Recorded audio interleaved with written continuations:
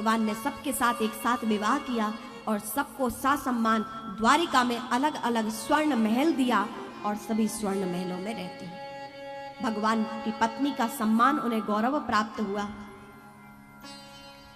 और किसी भी पत्नी को ये नहीं लगता कि भगवान हमारे साथ नहीं है। जो लोग कहते भगवान ने इतने विवाह किए, यदि हम भी एक दो कर लें तो क्या हो जाए। अरे भाई 2 नहीं आप 12 करो, क्या फर्क पड़ता है। लेकिन भगवान ने ऐसे नहीं किया था। कुबुद्धि लोग फालतू भी बातें करने लगते हैं, व्यर्थ चर्चाएं करते हैं। लेकिन भगवान इतने विवाह किए तो भगवान इतने बने भी।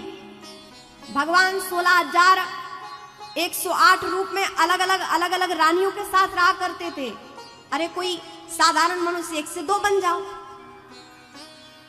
लेकिन भगवान 16,108 रूप में परिणत होते, सभी महारानियों के कक्ष में रहते। किसी भी महारानी को ये नहीं लगता था कि भगवान हमारे साथ नहीं है।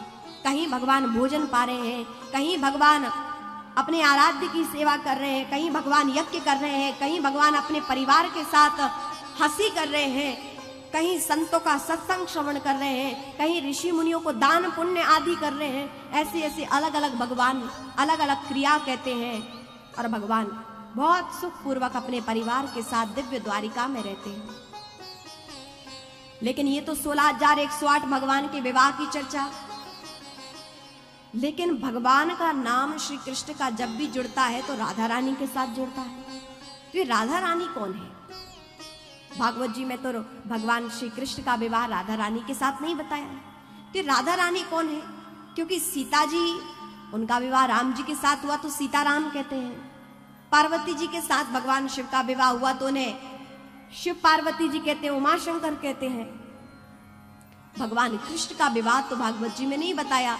हाँ, रुक्मणी और कृष्ण तो कहते हैं, लेकिन राधा कृष्ण कहा जाता है, उनके साथ उनका विवाह वर्णन नहीं। तो कहते हैं भगवान श्री कृष्ण और राधा जी में कोई अंतर ही नहीं है। विवाह के लिए तो 2 लोग चाहिए ना, जब 2 होंगे तब तो विवाह होगा। भगवान कृष्ण और राधा में कोई अंतर ही नहीं है। राधा ही कृष्ण है और कृष्ण ही राधा है। लेकिन अपने भक्तों की मनोकामना पूर्ति करने के लिए मनोभाव जब भक्तों के रहे तो वही राधा कृष्ण विभाजित रूप में प्रकट हुए, क्योंकि राधा रानी का मातृत्व भक्तों ने प्राप्त किया और भगवान कृष्ण का परम दिव्य भाव भक्तों ने प्राप्त किया। भक्तों की मनो इच्छा के कारण भगवान का ये दिव्य रूप प्रकट हुआ है। राधा नाम की सतत बहती हुई धारा का नाम ही कृष्ण है। कृष्ण राधा के बिना अधूरे हैं। यदि री भगवान कृष्ण के नीचे जो री है, कृष्ण तभी होते हैं जब राधा रानी वाली री होती है, री हो तब कृष्ण है। यदि राधा जी नहीं है तो भगवान कृष्ण भी कृष्ण नहीं, वो कृष्ण हो जाते हैं। यदि कृष्ण री वो राधा है तभी भगवान पूर्ण है। ऐसे भगवान राधा के अलावा भगवान कृष्ण के जीवन में तो कोई और है ही नहीं। और भगवान की जितनी भी पटरानियां हैं वो सब राधा जी की ही अंशांश भूता हैं। उन सब में राधा जी का ही अंश है। यानी भगवान श्री कृष्ण जिनके साथ रहते हैं वो सब पटरानियां राधा जी का ही रूप है।